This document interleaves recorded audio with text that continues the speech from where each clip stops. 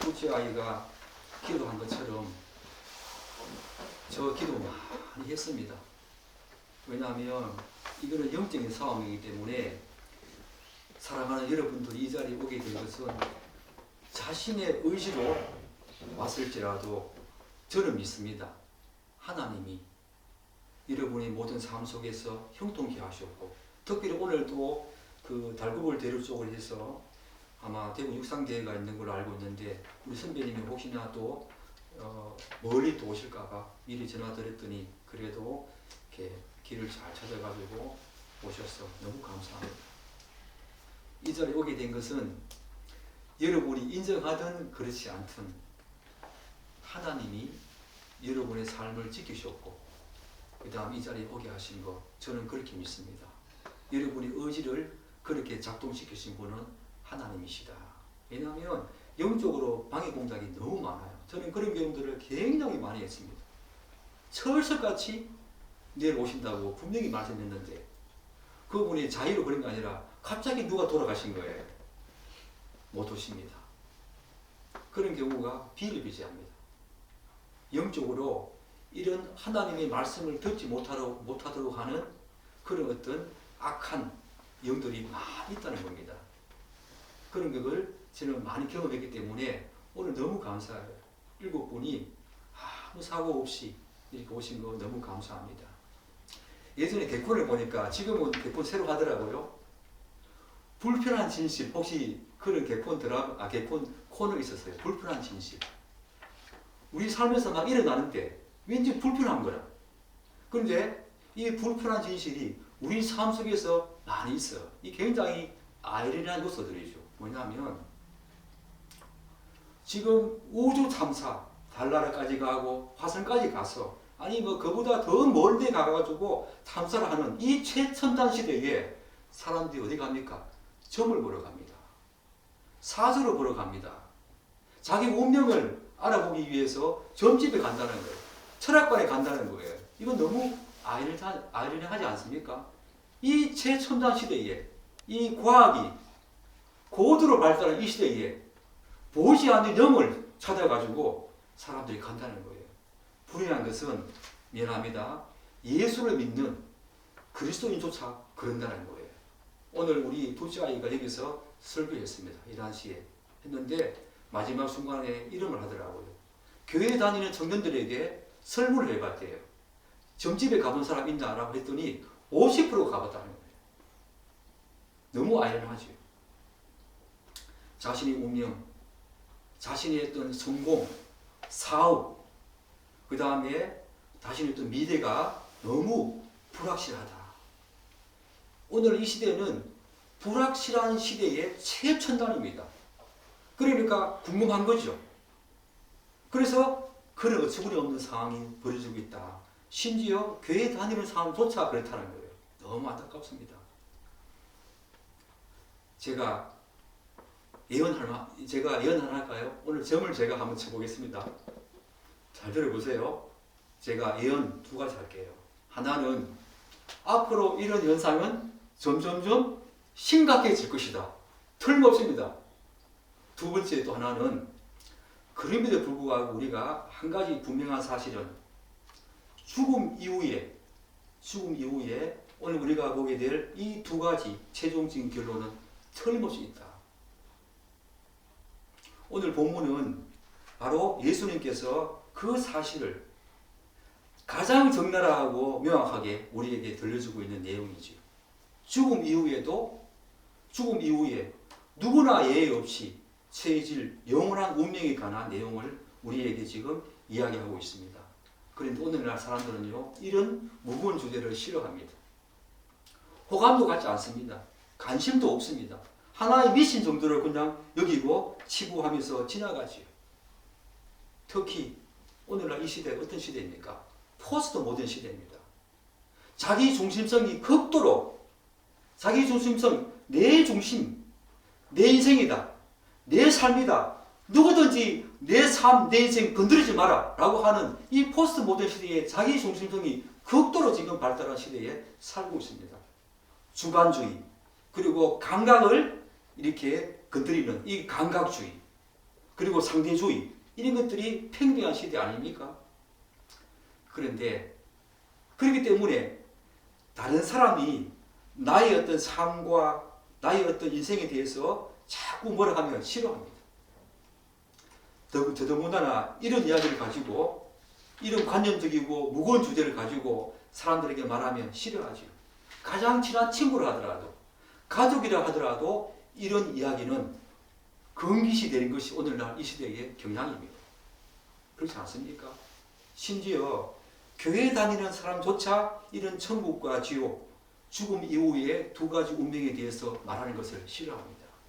오늘날 교회 가면 복을 달라, 나에게 감격을 달라, 위안해 달라, 그런 메시지가 모든 강단에서 한결같이 선포되고 있는 이 시대입니다. TV를 틀면 CTS에 밤새도록 유명한 수천 명 모이는 유명한 교회 목사님들이 밤새도록 설교합니다. 서울의 대형교회 수만 명 모이는 교회에. 그런데 그들의 대부분의 설교 메시지가 뭐냐? 복을 비는 겁니다.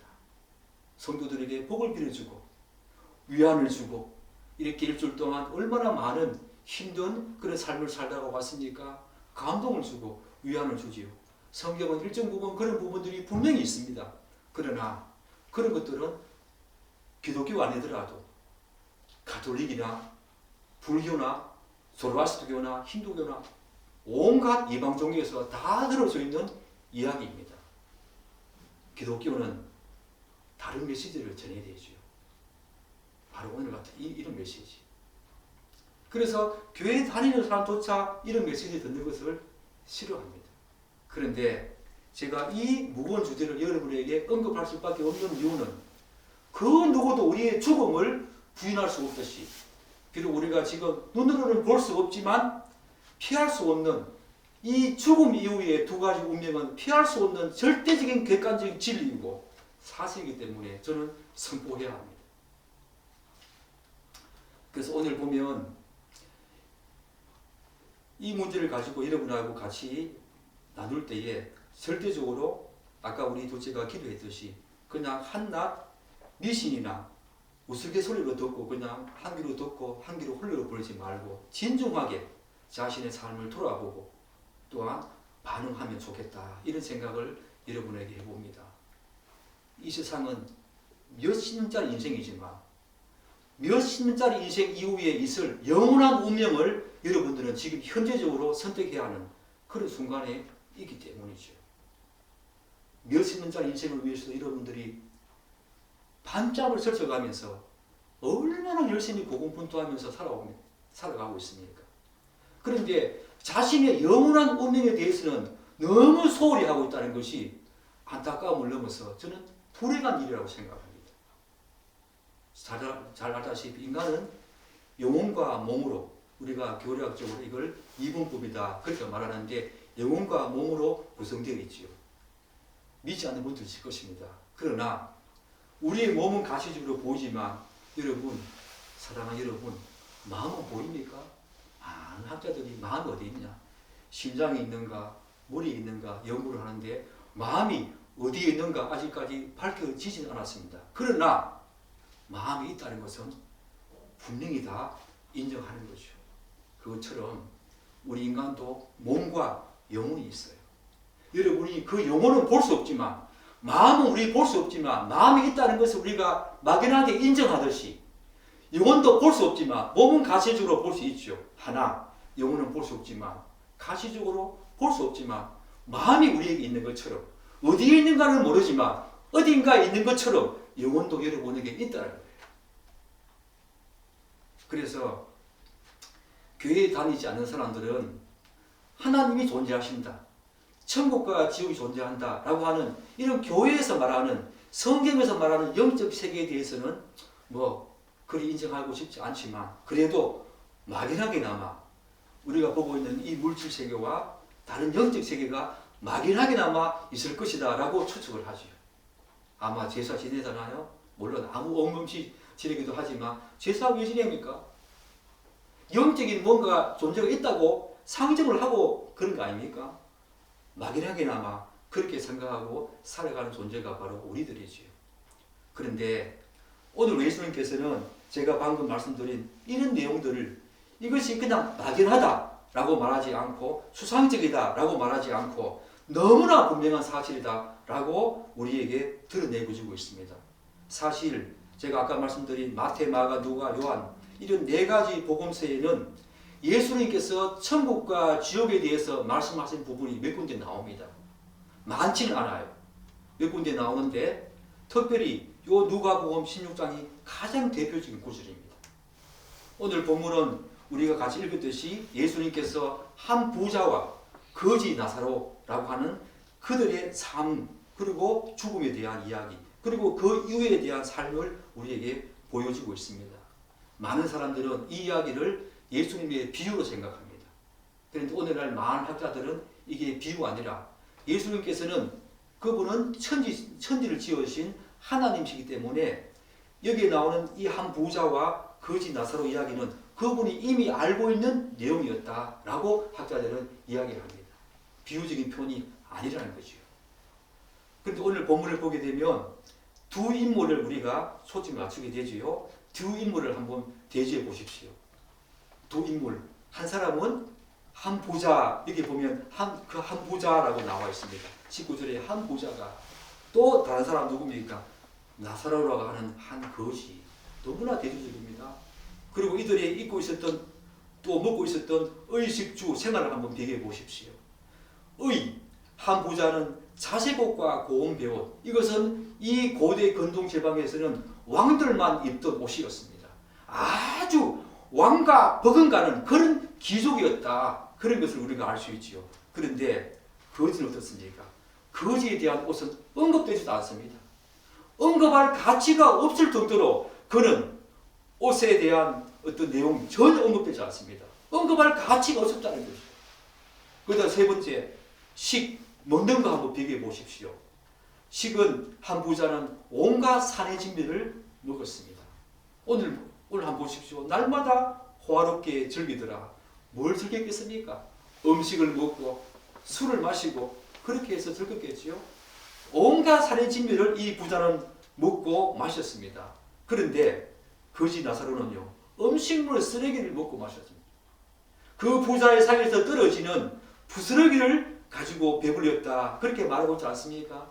오늘날 말하면 음식물 쓰레기입니다. 그걸 뒤져서 먹었다는 거예요. 이들의 생활을 한번 비교해 볼까요?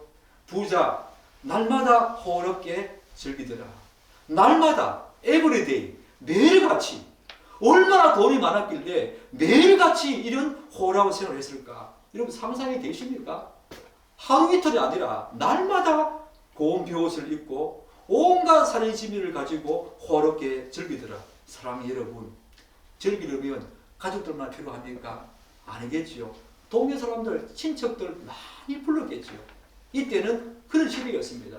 많은 사람, 수십 명, 수백 명을 불러놓고 날마다 이런 호화로운 생활을 했다. 얼마나 부자였길래. 그런데 거지 나사로의 삶은 어땠습니까? 헌데투성이었습니다. 심한 피부병에 걸려서 그것도 개가 그 헌데를 핥아줄 정도로 약품도 없이 그렇게 생활하고 있었습니다. 또한 장미 한번 볼까요? 오늘 거지 보면 그 거지가 죽어라고 되어 있습니다. 그런데 이 부자는 그 이후에 아마 죽음을 맞이한 것 같습니다. 이 부자의 죽음은 어떻게 묘사되겠습니까?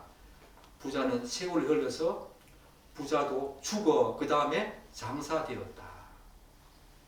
거지는 장사도 못 지냈습니다. 거지는 그냥 그 시체가 어디에 묻혔는지 알 수 없을 정도로 그냥 죽었다는 거예요. 그 이후에 누가 장사 지내주지도 않았습니다. 그런데 이 부자는 죽어 장사됨에 거대한 장사가 장기씩 있었겠죠. 이런 식의 삶을 이 두 인물은 살았다는 겁니다. 그리고 서서히 세월이 흘렀겠지요. 이들은 많은 사람들의 기억 속에서 사라졌을 것입니다. 따라서 사랑하는 여러분, 이 땅에서의 이 두 인물의 삶을 한번 비교해 보십시오. 누구에게 물어봐도 누가 성공한 삶입니까? 한 부자, 이 사람이 바로 위너 아닙니까? 바로 성공한 삶이지요. 그리고 이 거지는 루저입니다. 루저 중에서도 루저지요. 우리가 흔히 말하는 그런 표현을 한다면. 그래서 우리나라 사람들 일부 학부모들은 바로 이런 나중에 자기 자녀들을 이런 부자와 같은 삶을 살도록 하기 위해서 어릴 때부터 공부에 온갖 투자를 하지요. 올인시키보다 올인. 경제적인 모든 지원을 하면서 때로는 그 도가 너무 지나쳐가지고 극성스러울 정도, 그 정도가 아니라 심각한 사회 문제까지 이야기하는 것이 오늘 이 시대의 우리의 양상입니다. 왜 이런 현상이 일어납니까? 왜 일어납니까? 그들에게는 단지 눈에 보이는 것이 이 세상의 전부이기 때문입니다. 그리고 그들은 그야말로 이 세상에서 천년만년 살 것처럼 그렇게 생각하고 있다는 겁니다. 그런데 이러한 경향성은요, 이 시대를 살아가는 여러분과 저 일반적인 모든 사람들의 보편적인 생각이고 시대 정신이고 삶의 양상이지요. 부정할 수 없습니다. 저도 그걸 부정 못하겠어요. 저도 우리 자녀들 그렇게 많이 학원 보내고 그런 것은 아니지만 지금은 그렇지 않지만 예전에 이런 생각을 가지고 자녀들을 교육시킨 것 같아요. 좀 더 잘 되었으면. 이만큼만 부자는 아니더라도 그래도 남들에게 남이 부러워하는 그런 경제적인 위치, 그런 사회적인 위치에서 좀 살았으면 좋겠다. 그런 생각을 가지고 자녀들을 양육했었습니다. 지금은 그런 식의 양육을 많이 후회합니다. 우리 아들 같이 공부할 때에 제가 미안하다 그런 말 많이 합니다. 그러나 성경에서 가장 위대한 사도 중에 한 분인 사도 바울이라는 분이 계시는데 이분이 고린도후서라고 하는 성경에서 이렇게 말합니다. 우리가 주목하는 것은 보이는 것이 아니에요. 보이지 않는 것이니 보이는 것은 잠깐이요. 보이지 않는 것은 영원합니다. 사도 바울은 위대한 예수님의 제자였습니다. 그가 이렇게 말한다는 거예요. 성경에는 눈에 보이는 이 세상이 전부가 아니다 라고 말하지요. 전혀 다른 세계가 있다 라고 말합니다. 그 분기점이 어디겠습니까? 바로 오늘 여기서 말하는 죽음입니다. 죽음이 바로 다른 세상의 결정적인 분기점이 된다는 것이요. 그래서 본문을 보면 이 한 부자와 나사로의 삶, 죽음 이후에 획기적인 반전의 드라마가 펼쳐집니다. 죽음 이후에 어떻게 펼쳐집니까? 오늘 한 부자는 어떻게 됩니까? 음부에서 고통 중에, 음부라는 말은 지옥입니다. 지옥. 다음에 나사로는요, 천사들에게 받들려 아브라함의 품에 들어가고 이렇게 대조합니다. 죽음 이후의 대조는 간단합니다.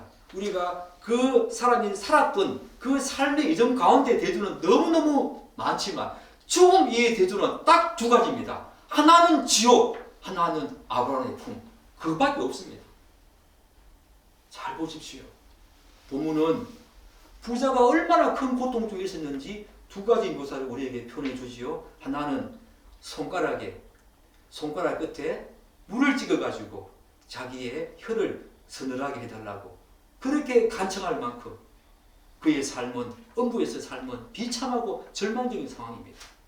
다른 하나는 불꽃 가운데서 괴로움을 당하고 있다. 그렇게 성경은 말하고 있지요. 그런데 우리가 여기서 유념해야 될 게 있습니다. 음부, 즉 지옥이라고 하는 이 묘사는, 오늘 여기 나와 있는 묘사는 예수님께서 우리 인간 이성 수준으로 충분히 이해할 수 있는 우리의 눈높이로 맞춘 표현입니다. 여러분이 성경에 나오는 이런 식의 지옥과 천국에 대한 묘사를 곧이곧대로 믿으면 안 된다는 겁니다. 지옥이 실제로 그렇다는 것이 아닙니다. 우리가 자녀들이나 학교에서 교육시킬 때에 우리 선배님 아시겠지만 존 두이가 말하는 교육자의 교과와 그 다음 학습자의 교과 있지 않습니까? 우리가 아무리 많이 알고 있다 하더라도 이것을 우리가 알고 있는 그대로 전해주면 학습자는 이해를 못하지요. 여기 나와 있는 이 천국과 지옥에 대한 비유도 마찬가지입니다. 예수님께서 우리 인간들 수준에서 충분히 이해할 수 있는 그런 수준으로 오늘 이 음부를 묘사하고 있습니다. 이렇다라고, 실제적으로 그렇다라고 여러분들이 이해하면 안 된다는 겁니다. 더 심각하다는 겁니다. 우리가 이해할 수 있을 수준이 이 정도인데, 그래서 예수님께서는 이 지옥의 참상이 얼마나 끔찍하다면은 그분이 이렇게 말씀하십니다. 만일 네 오른쪽 눈이 너로 실족 죄를 짓게 하거든 떼어내어 버리라. 내 백체 중에 너희 지체 중에서 눈 하나 없어지고 온몸이 지옥에 던져지지 않는 것이 더 낫다. 그리고 만일 내 오른손이 너로 하여금 죄를 짓게 하거든 찍어내어 버리라. 내 수많은 백체 몸에 그 많은 지체 중에서 하나가 없어지고 온몸이 지옥에 하나가 없어지는 것이 온몸이 지옥에 던져지는 것보다 더 낫다. 이렇게 말할 정도로 지옥은 끔찍하다는 겁니다. 구체적인 묘사는 하지 않습니다. 어쨌든 우리는 본문에서 두 가지 사실을 우리가 확인할 수 있지요.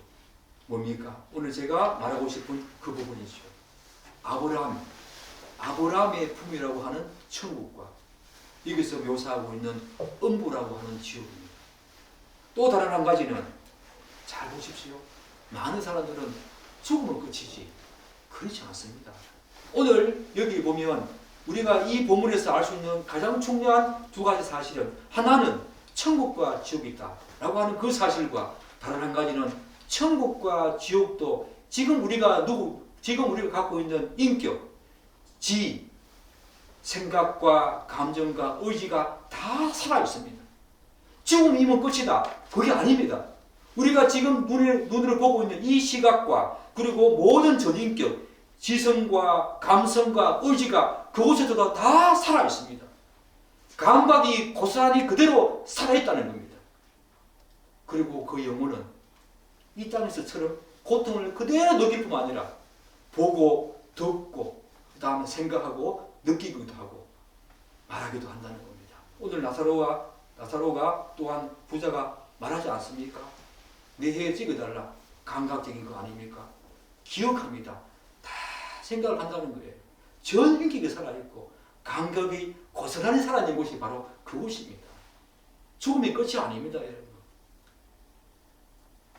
그런데 지옥에서의 의식과 기억은 어떤 쪽으로 작동하는가 하면 오늘 본문에 보면 위로와 평안으로 작동합니다. 위로와 평안을 주는 쪽으로 작동하는데 반대로 음부는 고통을 주는 쪽으로 작용합니다. 이게 무슨 말인가 하면은 한번 상상해 보십시오. 여러분들에게 가장 끔찍한 사건이 있었습니까? 그 지옥과 천국에는 이런 의식과 기억이 고스란히 살아있기 때문에 지옥을 제가 이렇게 한번 묘사해 볼까요? 여러분들에게 가장 끔찍했던 사건, 그 사건이 천년백년이 아니라 영원토록 그 사건을 기억해야 되는 그곳이 바로 지옥입니다. 제가 표현하는데 자꾸 우리는 지옥과 천국을 물질적인 것으로 뭐 아파트가 몇 평이다 그거 다 사기입니다. 여러분 어떤 목사님들이 강단에서 내가 천국 갔더니 천국 갔는데 아파트가 40평이더라 그거 사입입니다. 사입이 그렇지 않습니다. 여러분 지옥과 천국은 그런 물질적인 세계가 아닙니다. 여러분이 이 세상에서 겪었던 가장 끔찍한 사건 그 사건이 영원토록 기억되면서 나에게 고통을 주는 것이 바로 지옥입니다. 그 고통이 100년, 1000년 간다면 참을 수 있지요. 왜? 일정 기간 참으면 지나가니까. 그렇지만 그곳에서는 영원하다. 여러분 상상이 되십니까? 그러니 제가 어떻게 여러분에게 천국과 지옥을 말씀하지 않을 수 있겠습니까? 이 사랑하는 사람들에게. 그러면서 불꽃 가운데 있는 이 죽은 부자가 아브라함에게 다음과 같은 간청을 하지요. 두 가지 간청을 합니다. 첫 번째 간청이 뭡니까? 방금 제가 말씀드린 것. 자신을 긍휼히 여기사 그 나사로를 보내가지고 그 손가락 끝에 물을 적셔가지고 내 혀에 좀 적셔해달라. 혀가 마를 정도로 지금 고통스럽다는 것이요. 사랑하는 여러분, 이게 큰 간청입니까? 물 한 방울 찍어달라는 겁니다. 이게 큰 간청입니까? 너무나 작은 간청 아닙니까? 그렇지만 그곳에서는 이 간청도 들어줄 수 없다는 겁니다. 하나님의 긍휼은, 하나님의 사랑하심은 유통기한이 있다는 겁니다. 어디에서요? 이 땅에서만 하나님의 긍휼과 사랑과 은혜와 자비와 자유와 인자가 그분의 오래 참음과 그분의 노함의 더딤이 이 땅에서만 작동한다는 겁니다. 그게 더 안타까운 거지요. 죽음 이후에는 이런 하나님의 사랑이, 은혜가 전혀 작동하지 않습니다. 유통기한이 있다는 거예요. 만약에 죽음 이후에 이런 하나님의 긍휼과 사랑이 작동한다면 저는 여기서 내려오겠습니다. 작동하지 않기 때문에 여러분의 유한한 삶 속에서 이 모든 것들이 결정되기 때문에 제가 이렇게 피를 안 토하지만 티가 터질 정도로 외치고 있는 겁니다. 성경은 분명히 하나님은 사랑이시다 그렇게 말하죠. God is love. 그러나 그것은 이 땅에서만 그렇게 하실 뿐, 죽음 이후에 당신은 사랑이 아니라 하나님의 공의, 즉 죄 지은 그만큼 하나님은 심판하시는 분이신데 그걸 하나님의 공의를 합니다. 공의로 우리를 심판하십니다. 하나님의 사랑이시지만 그분은 또한 반드시 죄 지은 자에게는 죄값을 고스란히 주시는, 우리가 받을 만큼의 죄를 상 못하잖아요. 많은 사람들이 재판장에 가서 웁니다. 억울하다고. 왜 저 사람이 이만큼 죄를 지었는데 왜 요만큼밖에 안 주냐고. 우리는 그런 어떤 이 세상의 법정에서 살아가고 있죠. 하나님의 공의는 그렇지 않습니다. 누가 아무도 변명도 못하고 또한 거기에 딴지 걸 수 없는 정확하게 하나님께서는 모든 걸 아시기 때문에 공의로 우리의 죄값에 대한 처벌을 하신다는 거예요. 심판을 하신다는 겁니다. 또한 아브라함은 그 부자에게 이렇게 말하지요. 이 사실을 기억하라고 말합니다. 뭡니까? 너는 살았을 때 좋은 것을 받았고 나사로는 고난을 받았으니 이것을 기억하라. 이 사람이 이 아브라함이 기억하라 이 말을 듣고 얼마나 고통스러워했을까요? 한번 생각해 보십시오. 얼마나 고통스러워했을까요? 그러나 아브라함은 이제 그는 여기서 위로받고 너는 괴를 맞는다라고 말합니다. 그러면서 부자는 이 부자의 간청을 들을 수 없는 결정적인 이유를 말하죠. 뭐라고 말합니까? 오늘 보니까 너희와 우리 사이에는 큰 구렁텅이가 놓여 있어서 여기서 너희에게 건너가고자 하되 갈 수 없고 거기서 우리에게 건너올 수도 없게 하였느니라. 그야말로 죽음 이후에 그 지옥에서는 하나님의 긍휼이 전혀 기대할 수 없습니다. 뿐만 아니라 천국과 지옥 사이에서는 서로 볼 수 있지요. 서로 볼 수는 있지만 그 어떤 사랑의 교제와 만남과 사귐 모든 것들이 다 이루어지지 않는 전혀 불가능하다. 그렇게 지금 아브라함이 말하고 있지요. 영원한 암흑입니다. 사랑하는 여러분 혹시 병실에 한번 누워본 적이 있습니까? 그리고 정말 캄캄한 정말 조그만 촛불 그 불도 전혀 없는 정말 칠흑같이 어두운 그런 암흑 그런 상태에 한번 있어 본 적이 있습니까? 저는 있습니다. 그 지옥은 그곳의 연속입니다. 하나님의 일반 온총 오늘 우리에게 햇빛을 주시고 비를 주시고 오늘 이 땅에 사는 사람들에게 예수를 믿든 믿지 않든 악인들이든 의인들이든 하나님께서는 동일하게 햇빛 주십니다. 비 주십니다. 그것을 하나님의 일반 온총이라 합니다. 여기에서는 악인이든 의인이든 동일하게 하나님의 일반 온총이 작용합니다. 그러나 그 세상에서는 하나님의 일반 온총 그것조차 전혀 작동하지 않는 영원한 암흑 그것이 바로 고통 중에 계속 된다는 겁니다. 물질적인 것만 생각하면 안 된다는 거지요. 분명히 물질적인 것도 있습니다. 천국과 지옥 우리가 눈에 보이는 이 물질적인 것들도 분명히 거기에 포함되어 있을 겁니다. 그렇지만 제가 강조하고 싶은 부분은 그런 물질적인 것보다 더 중요한 것은 이런 영적인 것이고 보이지 않는 겁니다. 그것이 바로 극명하게 갈라지는 곳이 천국과 지옥입니다. 100년이고 1000년이고 끝이 있으면 그래도 참을만 한데 끝이 없는 곳 영원한 암흑에 계속되는 곳.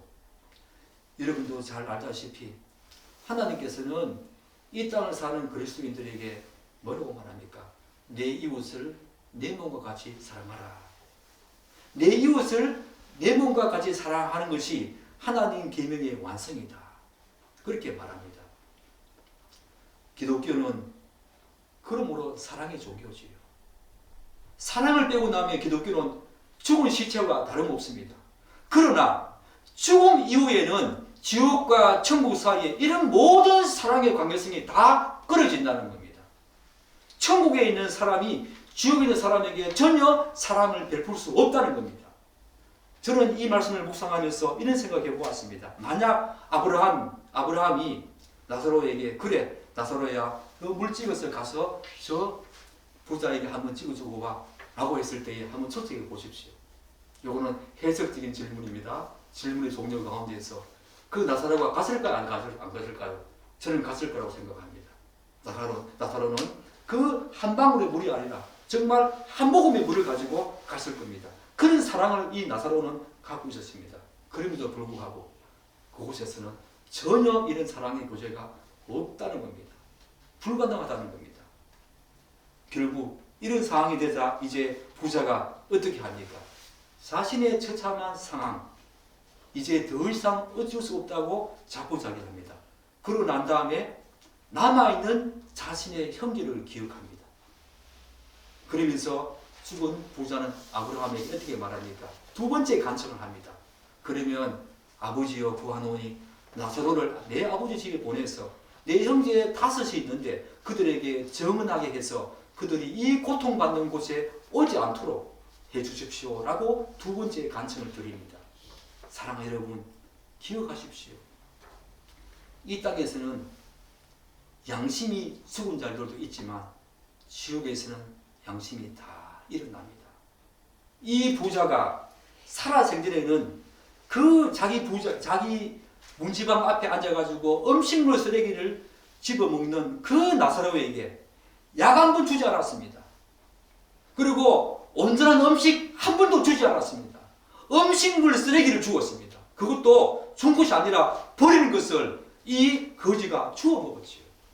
그러나 그때 그 사람이 양심이 작동했더라면 그렇게 했겠습니까?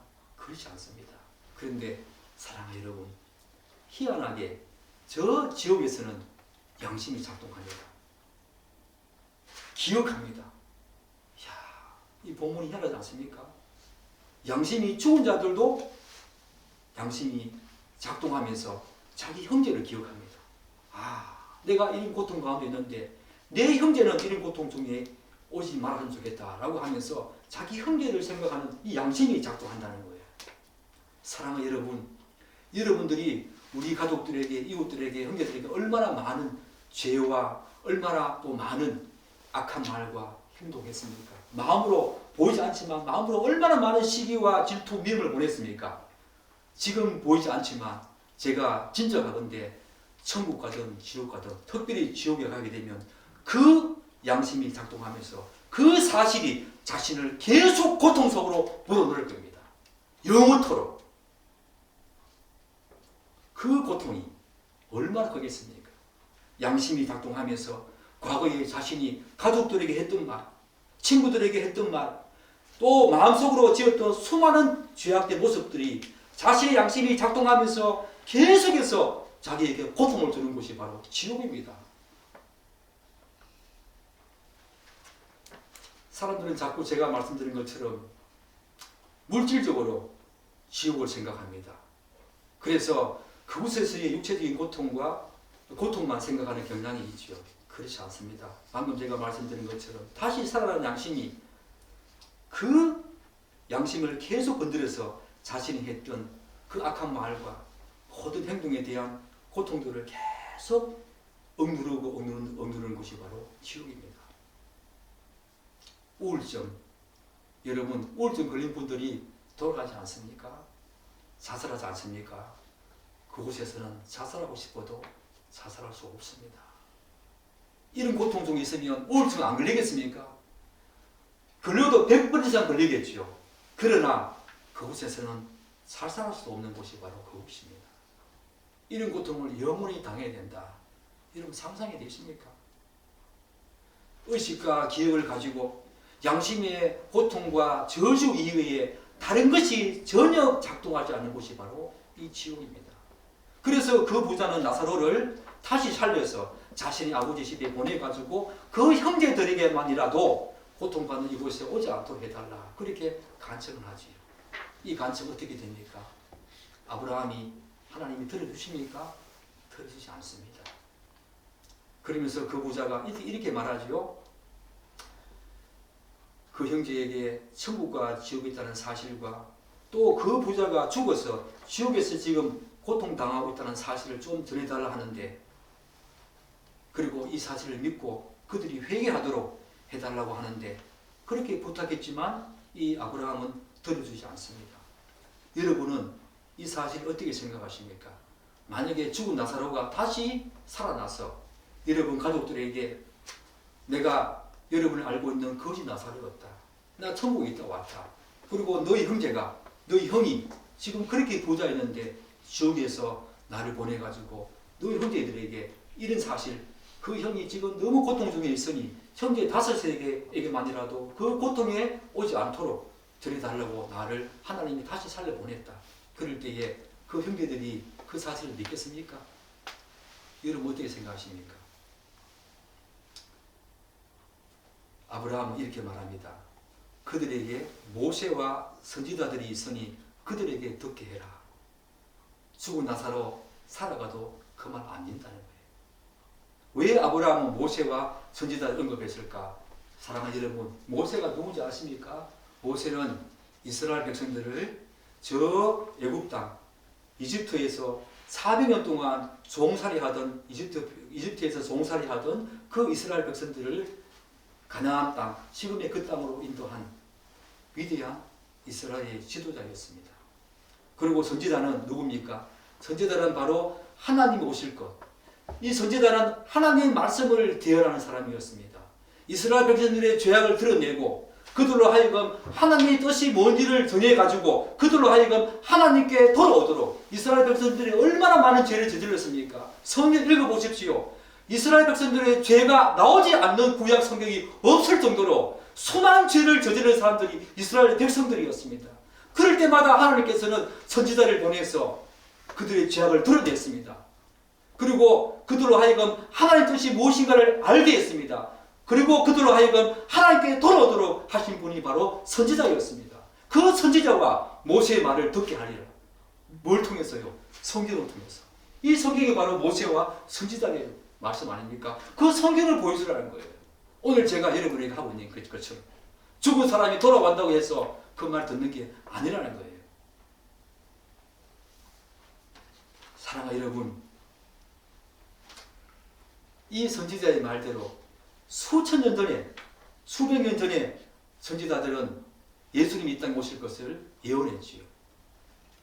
미가서에 보면, 미가라고 하는 성경이 있습니다. 그 미가에 보면 베들레헴 에브라다야, 우리 예수님 어디서 태어난지 아십니까? 유대 땅 베들레헴에서 태어났습니다. 몇백 년 전에 미가라고 하는 선지자가 예언한 겁니다. 베들레헴 에브라다야, 너는 유다 지파 중에 작으나 너에게서 이스라엘의 통치자가 될 자가 오리라. 그 예언이 2000년 전에 성취되지 않았습니까? 아브라함은 바로 그런 사실을 죽은 부자에게 말하면서 한마디로 복음을 듣는 것이 더 중요하다. 죽은 자가 살아난다고 해서, 그래서 그 사실을 너희에게 말한다고 해서 그 사람이 듣지 않는다.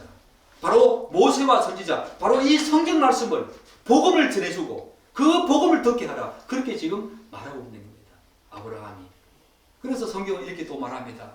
그러므로 믿음은 들음에서 나며 들음은 바로 예수 그리스도 그분의 복음의 말씀으로 말미암는다. 그렇게 말하는 겁니다. 그런데 죽은 부자는 아브라함에게 이렇게 말합니다. 그렇지 아니합니다. 아브라함이 그렇게 말하니까 그렇지 않습니다. 아버지 아브라함이요, 만일 죽은 자가 그들에게 가는 자가 있으면 아마 그들이 회개하리이다. 이렇게 말합니다. 회개하리이다. 사랑하는 여러분, 여러분은 또 그렇게 생각합니까? 일반적인 사람들은 그렇습니다. 이 세상에서 착한 일을 많이 하면, 도덕적으로 윤리적으로 탁월하면 그 사람은 천국 갈 것이다. 그렇지 않습니다. 오늘 정확하게 양심이 살아서 작동하고 있는 이 부자가 무슨 말을 하고 있는지 보십시오. 그들에게 가서 회개하리이다 라고 말합니다. 착한 일을 하며 살아라 그렇게 말하지 않습니다. 도덕적 윤리적으로 착한 일 많이 하고 살아라 그렇게 말하지 않습니다. 회개하라고 말합니다. 뭐 때문에요?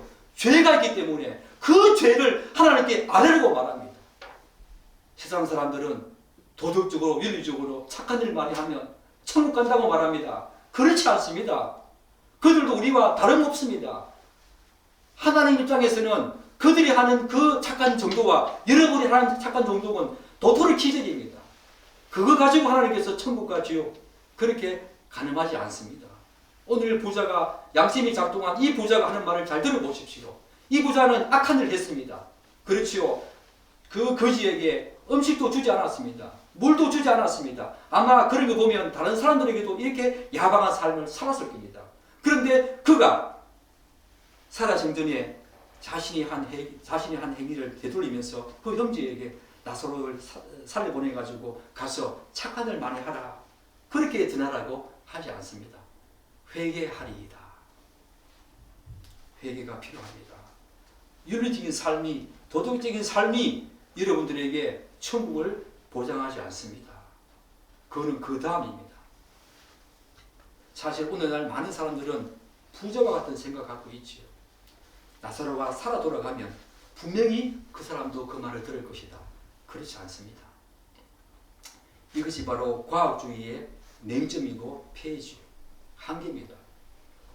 사람들은 눈으로 직접 보고 확인할 수 있어야 믿을 만하고 눈으로 볼 수 없는 것은 신뢰할 수 없다고 그렇게 말합니다. 이게 바로 과학주의의 맹점이고 폐해고 한계지요. 실험이나 관찰로 증명이 가능해야만 그것이 참된 지식이고 진리라고 그렇게 인정합니다. 그렇지 않습니다, 여러분. 우리가 살아가는 이 세상에는 실험을 통해서 직접 눈으로 확인할 수 없는 절대적인 진리가 얼마나 많은지 모릅니다. 우리가 눈으로 보고 알고 있는 이 지식은 그 지식에 비하면 이 온 우주에 먼지만도 못한 겁니다. 이것은 과학적으로 증명할 수 없는 우리가 눈으로 직접 관찰하거나 그럴 수 없다 하더라도 이 세상에는 우리가 인정할 수밖에 없는 객관적인 진리와 절대적인 진리가 분명히 존재한다는 겁니다. 그런데 오늘 많은 사람들은 과학주의에 이 이성주의에 그 18세기 계명주의에 우리가 온통 몰입하면서 이성으로 도저히 인정되지 않는 것은 지식으로 인정하지 않습니다. 그러나 그것은 과학주의의 패배입니다. 그런 것이 아닙니다, 여러분. 지식은 보이지 않지만 절대적인 지식 또한 존재한다는 겁니다. 이 부자는 바로 이 과학주의에 바로 저지르셨지요. 분명히 보여주면 죽은 나사로를 보여주면 그 형제들이 회개할 것이라고. 그렇지 않습니다. 복음입니다. 복음. 들으면서 믿음이 생깁니다. 복음입니다. 한마디로 특별히 하나님의 말씀을 듣고 믿지 않으면 그 어떤 놀라운 기적을 보여준다 하더라도 사람들은 믿지 않습니다. 만약에 그것이 사실이라면 왜 유대인들이 죽은 자를 살리시고 온갖 수많은 이 세상에서 볼 수 있는 모든 기적을 행하신 예수 그리스도를 왜 십자가에 못 박아야 되겠습니까? 유대인들이 못 박았습니다. 그 기적을 본 유대인들이 못 박았습니다. 죽은 나사로를 살렸습니다. 여기 나사로가 좀 다른 사람인데 죽은 나사로 살렸습니다. 살아난 죽은 나사로를 유대인들이 보았습니다. 그리고 물 위를 걷는 것을 보았습니다. 수많은 병자들을 고치는 모습을 보았습니다. 그럼에도 불구하고 유대인들이 예수님을 십자가에 못 박았습니다. 메시아가 아니다고 보여준다고 해서 기적을 본다고 해서 믿는 게 아닙니다, 여러분. 절대로 그건 아닙니다. 저는 제 신앙생활상, 신앙 경험상 절대적으로 그렇다는 겁니다. 제가 믿음이 깊어진 것은 성경 말씀을 통했습니다.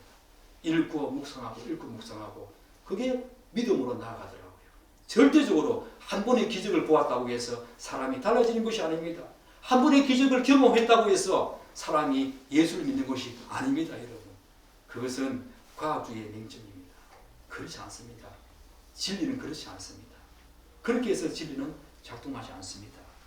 그렇다면 이제 마지막으로 사랑하는 여러분, 천국에 어떻게 갈 수 있습니까? 제가 단도직입적으로 말씀드립니다. 먼저 오늘 이 부자가 회개하리이다 라고 말한 것처럼 인간은 자신이 얼마나 큰 죄인인지 알고 인정해야 합니다. 저도 이걸 깨뜨리기가 너무 어려웠습니다. 왜 내가 죄인인가? 나는 감옥에 한 번도 간 적이 없어. 나는 최대한 양심적으로 살려고 했어. 어떤 사람은 나를 보고 법 없이도 살 사람이라고 그렇게 칭찬을 했어. 그런데 왜 내가 죄인이야? 라고 하는 생각을 수도 없이 했습니다. 그런데 성경은 우리가 생각하는 그 죄를 죄라고 생각하지 않습니다. 성경이 말하는 죄의 관점은 다르다는 겁니다. 성경에 말하는 죄는 하므라티아라고 하는데 이 말은 헬라어의 뜻은 관역에서 벗어나다. 즉 하나님, 그 하나님의 원하시는 그 삶에서 하나님을 믿지 않고 하나님을 찾지 않고 하나님의 뜻이 아닌 그 하나님의 관역에서 벗어나는 것이 바로 죄입니다. 죄.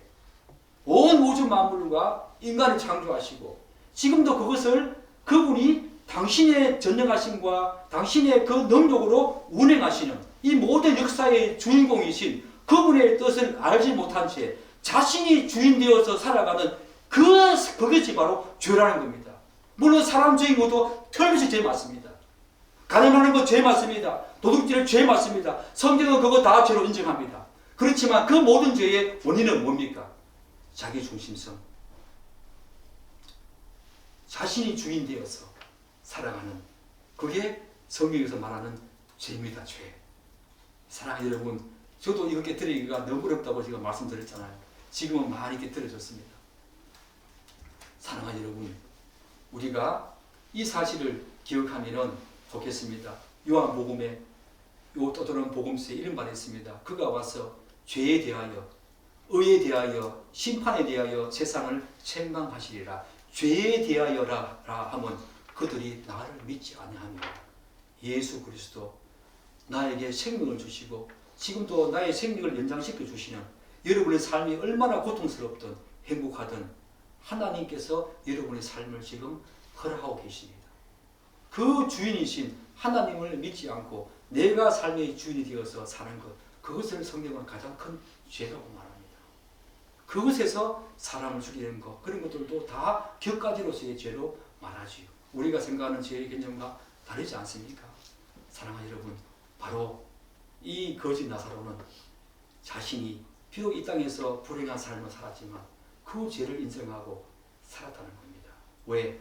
아브라함의 품에 안겼다. 이게 본문에는 이 나사로가 예수를 믿었다, 하나님을 믿었다라는 말은 없습니다.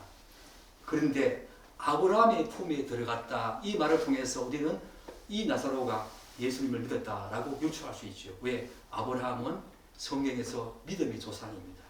믿음의 조상 아브라함입니다. 아브라함의 품에 안겼다, 이 말은 바로 하나님을 믿었다, 그 말이겠죠.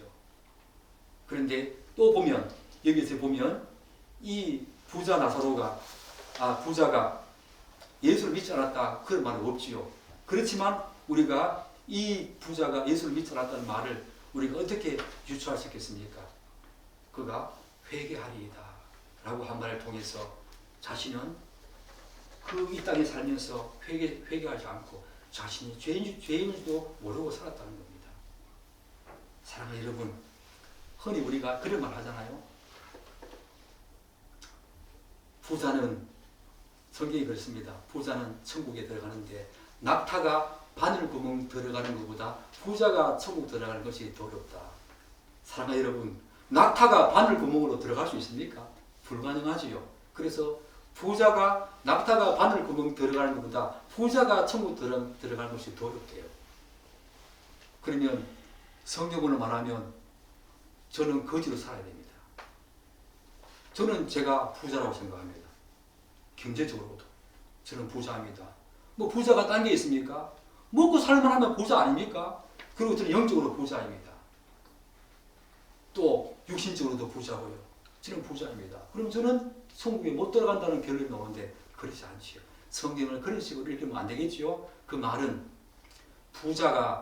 낙타가 바늘구멍으로 들어가는 것보다 부자가 천국에 들어가기가 어렵다는 말은 오늘 여기 나오는 그 부자처럼 한마디로 인간은 그런 존재입니다. 이 세상에서 잘 먹고 잘 살고 자신이 원하는 것을 마음대로 할 수 있으면 하나님을 찾지 않습니다. 그런 이유 때문에 그렇다는 것. 부자라고 하는 그 자체, 돈이 많다고 하는, 재물이 많다고 하는 그 자체가 천국에 못 들어가는 그런 원인이 아니라, 그런 사람은, 재력이 많고 권력과 명예가 출중한 사람은 하나님을 찾지 않습니다. 자신 마음대로 할 수 있는 권력이 있습니다. 자신 마음대로 살 수 있는 돈이 있습니다. 굳이 하나님을 찾지 않는다는 것입니다. 그것을 바로 비유적으로 표현한 거죠. 사랑하는 여러분, 여러분들은 마음이 편안하십니까? 남들보다 많이 가졌습니까? 그래서 내가 다른 사람에게 손 벌리지 않아도 내 마음껏 살 수 있는 돈, 다른 사람들이 나를 우러를 볼 수 있는 지위, 명예, 권력 있습니까? 조심하십시오. 그런 분들은 하나님을 찾지 않습니다. 자신이 주인 되는 거죠. 내 마음대로 할 수 있는데 굳이 하나님을 왜 찾을까? 제가 유추해 보건대 이 부자는 그런 케이스였습니다. 하나님을 찾지 않았습니다. 날마다 호롭게 삶을 살았던, 왕보다 더 부귀한 삶을 살았던 부자였습니다. 사랑하는 여러분, 인생을 오래 사신 분들 들어보면 가끔 인생, 사람 사는 거 별것도 없다고 말하더라고요. 저도 이제 우리 형님 계시지만 저도 이제 한 2년 있으면 나이가 60입니다. 인생 별거 아니더라고요. 여기 있는 청년들 너무 바둥바둥하지 마십시오. 인생 별거 아닙니다. 살아보면 그때 그 당시에는 저도 얼마나 바둥바둥 거렸는지, 이게 아니면 죽을 것 같은 그런 어떤 시간들을 거쳐왔습니다. 그런데 돌아와 보니 그렇지 않더라고요. 인생 별거 아닙니다.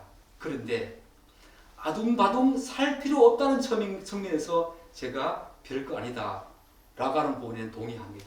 그렇지만 동의할 수 없는 부분이 있습니다. 인생 별거 없다는 거. 동의할 수 없는 부분이 있습니다. 인생 별것도 있습니다. 왜? 이 인생이 영원한 운명과 관련되기 때문입니다. 여러분들이 인생을 살 때에, 우리 청년들이요, 인생을 살 때에 너무 바둥바둥, 너무 큰 경쟁 속에서 그렇게 고통하지 마십시오. 지나가 보면 인생 별거 아니었는데 왜 네가 그때 그랬을까? 라고 하는 후회할 때가 있습니다. 좀 더 다른 사람들에게 사랑을 베풀 걸, 좀 더 잘해줄 걸, 껄껄껄 그리다가 인생 마감한다 그러지 않습니까? 그렇지 않습니다. 인생 별거 아닙니다. 그런 측면에서는. 그럼에도 불구하고 별것도 있습니다. 이 땅에서 인생이 하나님께서 그래도 일반 은총을 통해서, 저를 통해서 복음의 말씀을 들을 수 있는 이 기회가 있을 이 인생 동안에는 여러분의 인생 동안에 여러분의 운명이 결정된다는 겁니다. 그래서 인생 별것도 있습니다. 사랑하는 여러분, 어떻게 하시겠습니까? 어떻게 하시겠습니까? 여기 앉아 계신 분들은 제 개인적으로 오랜 친분이 있는가 하면 오늘 처음 보는 분들도 계십니다. 다 예수 이름으로 사랑합니다. 우리 다 천국에서 여기 있는 나사로처럼 나사로가 있는 천국에 가서 우리 다 만납시다. 인생 별것도 있습니다. 기도하겠습니다.